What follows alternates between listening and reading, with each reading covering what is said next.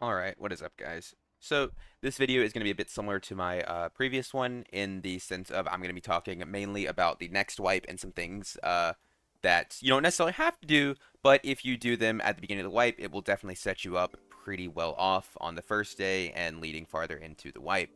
So, there are, plenty of things you have to do on a new wipe. Obviously, playing the game is the biggest one. However, outside of playing the game, there's a lot of small decisions you can make that can definitely impact your future wipe for, literal weeks to come almost. So, one of the biggest things you want to do at the start of a new wipe is you need to identify the new changes. And what does that mean? Well, it kind of depends on the new wipe. I can't really give you an exact example of what to look out for next wipe, but let's look at the beginning of this wipe or previous wipes. Generally speaking, from wipe to wipe, most of the time what they do is they make very large balance changes. This comes in the form of a new class, new pieces of gear, stat changes, redistribution of things, like how the certain stats scale. All of these different things usually come on a new wipe, and adapting to these very fast is one of the biggest things that you have to do when you start the new wipe to effectively play your class or, swap to a new class that's much better, because generally speaking, on a new wipe, there always will be something incredibly broken, and if you can find out what that is first, you can set yourself up to abuse that, honestly, and, be in a really good spot. And if you don't want to abuse that, you can, know what you're looking at to fight, that type of thing, so you know what you need to fight, what you need to avoid, that level of stuff. Also, something that's really, really important that I'm going to talk about in a bit in terms of gear is whenever something comes out that's incredibly strong, whether it be one class that's particularly good, pieces of armor that are particularly good, new stats that are really good, knowing what those are and identifying those is very, very valuable because it allows you to know what you need to keep to sell. Moving on from that, because obviously, like I said, that's more of like a theory thing, identifying the new changes. It's like I said, when the new wipe comes out, there's no telling what's going to be new, so you're really just gonna have to play it by ear. Then moving on from that, we have quests. Quests are something that, while are not incredibly important to accomplish immediately, they are something you should definitely be working towards at least slightly, whether for yourself or to craft to sell things. Some of the really prime examples are armor, leathersmith, weaponsmith, and tailor. These are some of the best ones to do because these unlock the crafts, like as you see here, like frostlight, gold, all of this. You don't want to have the gold crafts or the ruby silver crafts or whatever come out, and then you're all the way back here on the first set of quests you haven't done yet, because then you're going to be kind of late to being able to craft them. And the earlier you get into crafting them, the more money you can make from selling them because you have the first ones on the market. People are buying really high. Just think of Frostlight. Whenever Frostlight first came out, you pretty much could sell any single piece of Frostlight on the market for several thousand pieces of gold, even when they weren't very good. However, by now the market's obviously saturated. A lot of people have the crafts. They're not worth nearly as much. For example, let's go look at some Lightfoot boots. Oh, Lightfoot. Like, let's see. The cheapest pair of Frostlight Lightfoot boots are 650 gold right now. There's 48 pages of them. When these first came out, the cheapest pair of Frostlight Lightfoots were selling for, 2 to 3,000 at least. And if you got a single good old roll on them, double that. You got really good rolls like move speed, they could sell upwards of 50 to 100,000 gold. And, if you didn't unlock your crafts until a week after they came out, you're just not really going to have that opportunity to make that money. So quests are something that is very important to do while you're playing the game. It's not something that you have to focus on immediately and, really grind hard, but I would definitely, if you have to drop a sellable or a piece of gear here or there to complete a quest, it's probably in your best interest to do so.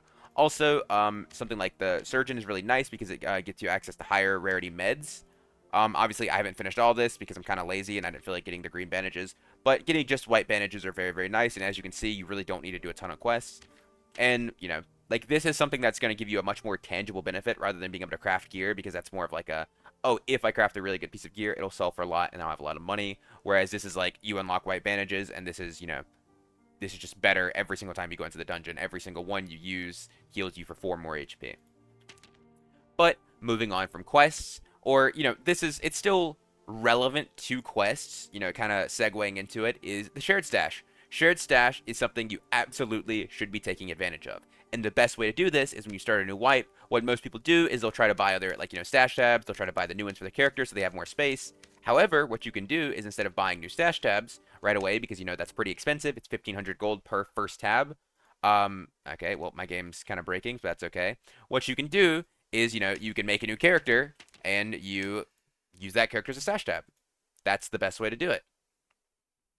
And you can do this for every single character slot. That's 9 potential character slots you have, and you know that's 9 other stash tabs you can use. You see, literally each one of these, like what I did, for example, quest character, I have all my questing items here. Armor character, store all my armor here. Excuse me. On one of these fighters, like this one right here, I stored all my jewelry. My druid, I stored a bunch of consumable items. It's just really nice to have a really clean stash out, so you can, you know, your stash isn't messy. It doesn't take long to sort everything. You really just know what you're gonna do. Also, something that you can do with, instead of having to immediately, oh my god, this game is so annoying. Instead of having to immediately, you know, sort things as you're doing it, you come out of the raid, throw it into your shared stash, and when you have some downtime, whether in between raids, you know, somebody's going AFK, you're done playing for the night, whatever, you can go back to it later, then sort your stash tab out, take everything out you need, put it where it belongs, and boom, you know, you aren't clogging up your one stash on your playable character, and you don't have to spend a lot of gold buying the new one. But other than that, the shared stash tab is bro, I swear this game. The shared stash tab is just incredibly valuable, and using this is one of the best things you can do early game because, like I said, it will save you a ton of gold on having to buy extra tabs. Because, you know, you start off, like I said, you have 9 tabs effectively if you make use of the shared stash tab. Otherwise, you have to 1,500 for one, 3,000, 5,000, 10,000, 15,000, right? It's tens of thousands of gold you have to spend to get less storage if you just use other characters as storage. Now, moving on, this is something I talked about a bit in my last video, but snowballing. If you don't know what snowballing is, it's literally just, you know, picking up pace, and as you're gaining traction, you're going faster and faster and faster. You know, you're doing more and more. And where this comes from kind of plays into the next part of buying, selling, and keeping gear that you find in raid. You know, there's a few things you can do. Like I said, most of what I'm talking about here I discussed in my last video on the gold bags. So one of the biggest ways to snowball is to spend all the money that you have. And one great thing about this, like I mentioned in my last video, is if you did all of your, you know, leaderboard things, you're going to start off with 4,500 gold. That is 4,500 gold you can almost immediately spend to buy some gear and put on and, you know, be an advantage. Obviously, it's going to take a little while for you to put gear on the market, but after, you know, 1 to 2 raids, there's going to be, I'm sure, 50,000 plus people online. People are going to find really good gear. You can go on the market, and it's going to be listed usually pretty cheap just because people are trying to sell it and make a quick gold. You can buy it for really cheap, set yourself up, and you're progressing that snowball rapidly rather than just having to find the gear yourself. Because, you know, buying like a purple weapon or, you know, 2, 3 rolled purple items, those types of things, they give you very, very large benefits. You know, even if you buy cheaper gear that's like green or blue, you know, if you buy a full set of blue gear as opposed to your starter gear, that could give you like 40 or 50 HP, especially if they're good rolled. So one big thing you need to really pay attention here to, and this kind of plays into my next point a bit, is you have to know when gear is worth to keep versus when it's worth to sell. And what do I mean by this? Well, one, you know, let's say you get a piece of gear, right? Like, let's say I get, you know, some heavy leather legs or a dark plate. Let's say I get a dark plate that's like insanely good, like this one right here, like, or I mean, this isn't even that good. But let's say, you know, I get dark leathers, like right here, that are insanely good, or these adventure boots that are very good. These are things that, are they worth a lot of gold? Yes, these dark leather leggings, you know, could sell in the market for 5,000 gold right now. However, if this is day 1 of wipe, I'm lucky if I can get 1,000 gold out of these, just because people aren't going to have the money to spend. I mean, I probably could with everybody starting off with a lot more gold now, but you know what I mean. I'm not going to get the full price for these that I would if I kept them until later into the wipe. So you have to decide, is this worth to sell right now? Or should I save this for a little later on, you know, a few days, a week, whatever, and then list it so I can maximize my profits out of these items? And there are going to be choices you have to make like that. You're going to see some items that are really, really good, and like, yeah, like I said, maybe you could sell it for 1,000, 2,000 gold now, or you can hold it for a week and then you can sell it for 5,000 or 10,000 gold. And then you have to look at it. Is this 1,000, 2,000 gold I'm getting right now, is this going to give me a big enough benefit that it's worth losing out on the potential 2 to 3 times profit, you know, even 4 or 5 times if it gets really crazy, the profit I would make if I sold it in a week? Because yes, you're going to get more gold a week later, but that gold won't be as valuable because everything will also be more expensive. And, you know, it's a week into the wipe, the snowball isn't really as important anymore. It's still in effect a little bit, but you have a much harder chance to start your snowball later on.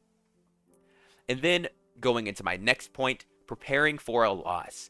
Inevitably, you are going to die at the beginning of a wipe. It just happens sometimes, whether it be some random bullshit like you're getting third partied, or God forbid you die to a cheater, somebody crashes, whatever. Shit happens. Sometimes, maybe you just lose a fight outright. Maybe nothing weird happened. Maybe you just lost the fight. Somebody misplayed, or they just outplayed you. It like happens.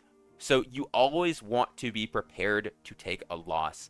And the best way to do this is have backup gear. Like I said, this plays a little bit on my last point, is selling gear and buying and spending all your money on really good gear is very, very important to do that snowball. However, you do not want to be in a spot where if you die, you are set back to Squire gear, or, pretty close, like green gear. That is something that you do not want to happen, because if you do, like let's say you play for 5 or 6 hours, you have a really good kit on, it's really, really insane, you spend a lot of gold on it, and then boom, you die. And then you just lose 6 hours worth of time because every piece of gold you had, you put into that kit. You don't want that to happen. I've seen this happen. I've had this happen to me. It's not a good feeling, I promise you. So with that in mind, just make sure you're always keeping at least one decent backup kit. Obviously, you're not going to be preparing 2 or 3 or 4 that early on, because it's just not, you're not going to have that good of gear. You're not going to have enough gold to do that. Preparing at least one okay backup kit that you can put on if you die is very, very important. Or if nothing else, just save up a little bit of gold. So if you do, you can go on the market and you can buy some stuff back. Because like I said, spending your gold on really good gear is important, yes, but you do not have to spend every single piece of gold you get upgrading your kit. Sometimes saving is correct. You're going to have access to a lot of gold bags that can store a lot of gold, not going to take up a lot of storage space. Definitely try to fill those up. And then lastly, the point I'm going to go on to is investing. We're not talking stock market here. We're talking dark and darker market. And the best thing to invest in are generally going to be items that will have value later into the wipe. Things like wolf pelts, gold, ingots, ore, ruby silver, all of these things that will go up in price. Troll's bloods, surge kits, protection potions, magic protection potions. These things that will, shoot up in price naturally just over the course of the wipe, whether because they come into play of being useful for gold crafts, ruby silver crafts, or whatever, or just, surge kits get more expensive as the game goes on. Troll's blood, same thing. Even, things like, what's it called? The troll cloth to make brave hunters. All of these things that will get more use later on, but don't have a ton of value early wipe. Yes, some people hoard them, and, so the price is a little bit higher, but for the most part, your average player isn't going to be buying them right away because they just don't have the capital to do so. They don't have the capital to make those investments and hold them long term. Something I did, I made some investments early this wipe. I bought a bunch of, I bought a bunch of the flowers, like the herbs, to make clarity pots, so I could craft them whenever they came out. Turns out, kind of a bust. Clarity pots weren't that good. Prices didn't really go up that high. So, is what it is. Lost a little bit of money, but it's okay. Same thing with I bought some pieces that I thought would craft with froststone ore. Lost some money there. It happens. However, there are also people that bought things like froststone ore. They bought it really, really cheap, around the time that crafts were coming out. I know Apollo, for example, he bought like 100,000 or 50,000 or something gold worth of froststone ore at super cheap. He bought it at like 400 gold a piece. Crafts came out for it. It shot up to 1,000, 1,500 gold a piece on average, and he was able to sell everything there for a shitload of money. So, just keep in mind things like that. If you have a lot of excess gold, it is not good to just have gold sitting in your stash. Well, either you spend it on gear that's going to go up, because that's another thing. If you don't know the market that well, you don't know what's going to be valuable, one thing you can always put money into is gear. Whether it's gear that you're going to use, or you think other classes use that's high value, like, like wizard gear, bard gear, cleric gear, that type of thing. You can buy that out and then just resell it later when prices go up for, higher cost, make your money back, and then some. But with that being said, that is probably going to wrap it up for me, boys. Thank you guys for watching this video. If you enjoyed, feel free to like, subscribe, all that good stuff. And if you have any other tips for starting fresh wipe, feel free to leave them down in the comments. And if I think it's anything really crazy, I'll pin it so everybody can see. But yeah, with that being said, I'm going to wrap it up there. And thank you guys for watching. I'll catch you guys next time. Peace.